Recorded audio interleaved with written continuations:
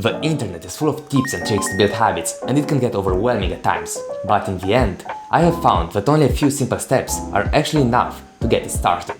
These are the same 6 steps that I have used to successfully build older habits, and I will of course follow them in completing the 12 monthly challenges this year. The 4th step should be illegal since it's extremely powerful, so make sure to watch the full video. You know that moment when motivation hits you like a wave and you tell yourself that from Monday you will start to go to the gym for 2 hours, read 50 pages, meditate for 1 hour and quit sugar and caffeine at the same time? To nobody's surprise, you will end up dropping all of those habits on Tuesday and will go back to feeling bad that you can't stick to any habits. This overambition is the single biggest obstacle in forming a habit, and in my experience, I could never form more than 1 habit at once. I would strongly recommend that you choose 1 single habit and only focus on it for a month. Also, it is very important that you start small and make the habit stupidly easy to perform in the first few days. For example, instead of trying to meditate for half an hour from the first day, start with only 5 minutes, then level up to 10 minutes in a few days, and gradually work your way up to a 30-minute mark. This advice can work for most habits, like gradually increasing the number of pages you read from 2 to 40, or starting to run only 1 kilometer, and adding another kilometer the next week. Remember that when you build a habit, you are in it for the long run. So actually performing the habit, even if for only 2 minutes, will get you much further than failing to constantly do it for an hour. Only when you have successfully built a habit can you move to the next one. When you build a habit, focusing on the goal is pretty much useless and will most likely make you give up before you see any results. Focusing on the system instead is much more important. But what is the difference between systems and goals? Let's say for example that you want to have big biceps. Having big biceps will be your goal. This goal is pointless if you don't train regularly, and since you can't have big biceps overnight, you will lose motivation in a very short time. The system on the other side would be to exercise every single day without skipping any workout sessions. In the long run, it would lead to the same desired outcome, big biceps, but since you just aim at hitting the gym once per day, you will complete your objective every single day that you exercise. The goal can be used only in the beginning to set a trajectory around which you will build your desired system, but after that, you just need to focus on following the system to the best of your ability. So yeah, I'll never set a goal to be healthier. Instead, I'll think of a system that consists of good healthy habits, and my goal is to just stick to the system.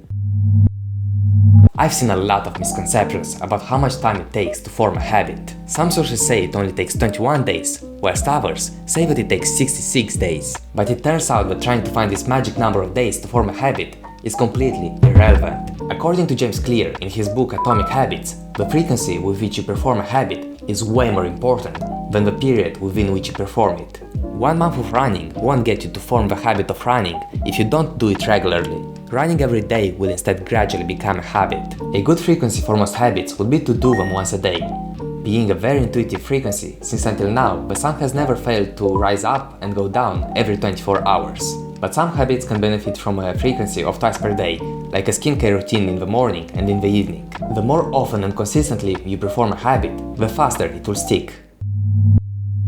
A few years ago, I took on a hard fitness challenge of running 10 kilometers, doing 100 squats, push-ups and sit-ups every day for a month. How could a constantly procrastinating high school student stick to such a challenge? Using accountability buddies. I made a post on my Instagram page announcing that I'll start the challenge the following day, and I had to post proof photos every day I went for a run. Now the stakes of missing a day were so much higher, and I couldn't skip it even when I didn't feel like waking up at 5:30 or running in the rain. Also, my parents joined me on my runs, so sharing my suffering made it easier to bear. This story ends with me getting injured after 21 days of running without proper shoes, to the point where I couldn't even walk normally for months, so I definitely don't recommend taking on such a stupid challenge. But I have proven that I could stick to even the hardest of habits if I had accountability buddies. An accountability buddy can be social media like in my case, a friend that tries to build the same habit as you, or even a community that you can join. The more buddies you have, the harder it is for you to give up on forming the habit and disappoint them, and you will also be surrounded by like-minded people, giving you an extra boost of motivation to keep going.